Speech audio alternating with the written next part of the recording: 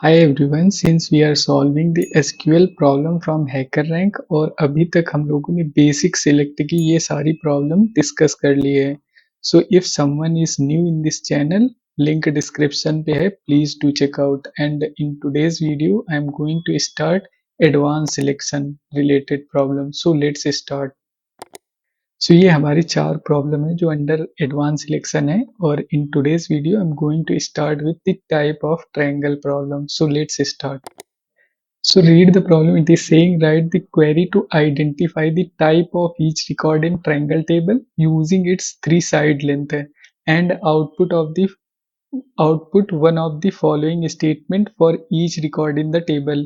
Basically यहाँ पे अगर हम इसको सिंपल में समझें तो हमारे पास एक ट्रायंगल टेबल है जिसकी 3 साइड दी हैं. यहाँ पे हम लोग देख भी सकते हैं कि इनपुट का जो दिया हुआ है स्कीमा कुछ है, ABC साइड्स हैं और इन साइड के बेसिस पे हमें ये डिसाइड करना है कि हमारा जो ट्रायंगल आएगा वो किस टाइप का है. फॉर एग्जांपल अगर तीनों साइड्स इक्वल हैं तो वो हमारा इक्विलैटरल हो जाएगा. अगर कोई 2 साइड्स इक्वल हैं तो हमारा आइसोस्केलिस हो जाएगा और अगर तीनों साइड्स डिफरेंट हैं तो ये हमारा स्केलिन हो जाएगा. अगर इनमें से कोई भी कंडीशन ट्रू नहीं होती तो हमें एक और कंडीशन लिखना है नॉट अ ट्रायंगल की. अब the given value for ABC don't form a triangle.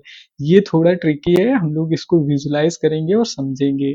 और अगर मैं इसको और थोड़ा यहाँ पे एक एग्जांपल के थ्रू देखें, सैंपल इनपुट के थ्रू, तो सपोज हमारे पास टेबल की एंट्रीज कुछ ऐसी हैं जैसे ए की लेंथ है 20 BC. अगर यहाँ पे देखें तो ये दोनों साइड्स 2 इक्वल है बट एक डिफरेंट है, तो हमारे अगर 2 इक्वल साइड्स है तो हमारा आइसोस्केलिस हो जाएगा ट्रायंगल. तो यहाँ पे आउटपुट भी देख सकते हैं सैंपल, यहाँ पे इसका रिजल्ट दिया है.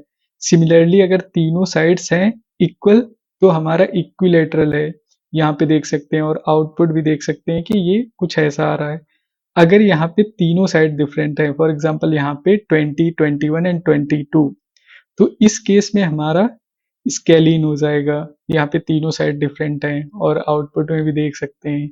अब चौथी कंडीशन ये दे रखी है कि यहाँ पे एक नॉट अ ट्रायंगल आएगा. इसको नॉट अ ट्रायंगल के लिए क्या कंडीशन होती है, हम लोग एक बार गूगल करते हैं कि ट्रायंगल होने के लिए क्या कंडीशन ट्रू होनी चाहिए. सो लेट्स डू.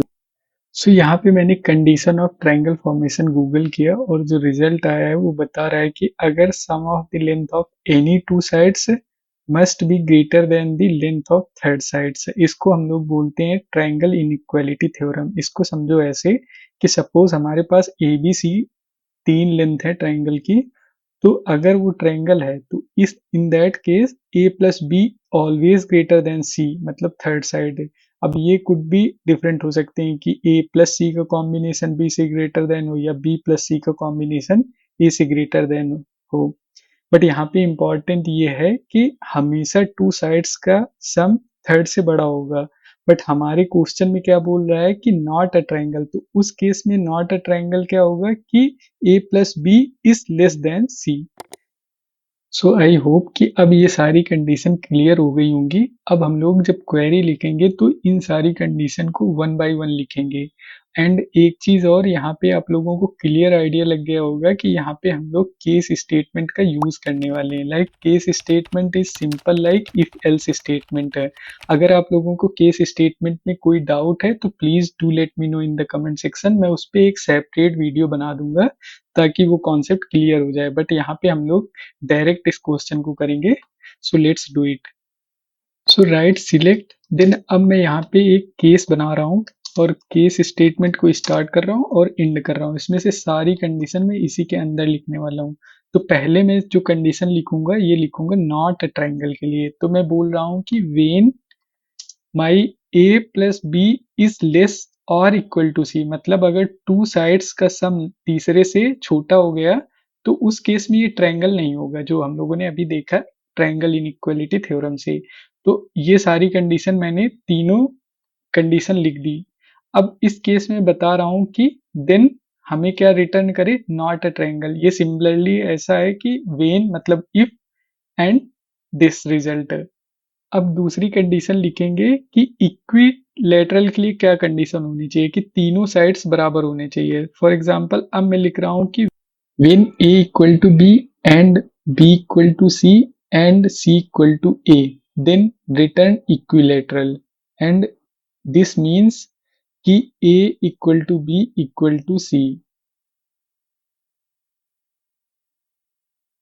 अब हम लोग थर्ड कंडीशन लिखेंगे आइसोस्केलिस के लिए। इसमें से क्या बोल रहे हैं कि हमारी कोई दो साइड्स इक्वल हैं, तो उस केस में हमें आइसोस्केलिस रिटर्न करना है। So I am writing so when A equal to B or B equal to C or C equal to A, in that case return isosceles।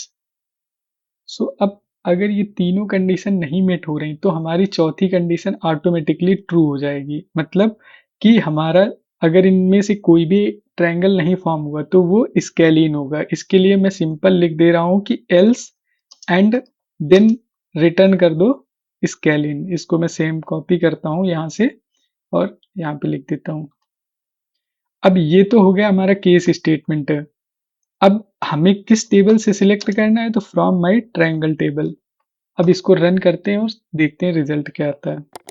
सो यहाँ पे आप लोग देख सकते हैं कि हमारे ओरिजिनल डेटाबेस का रिजल्ट है। सो आई होप कि ये प्रॉब्लम अच्छे से समझ आ गई होगी। इस प्रॉब्लम में बेसिकली कुछ भी नहीं था, ये कंडीशन कॉम्प्लिकेटेड थी, बट मैंने एक एक करके सारी कंडीशन एक्सप्लेन किया है। तो आई होप कि अब ये डाउट क्लियर हो गया होगा। Please do let me know अगर कोई कंफ्यूजन है, सो मैं उसको रिजॉल्व करने की कोशिश करूंगा। Thank you for watching, see you in the next video.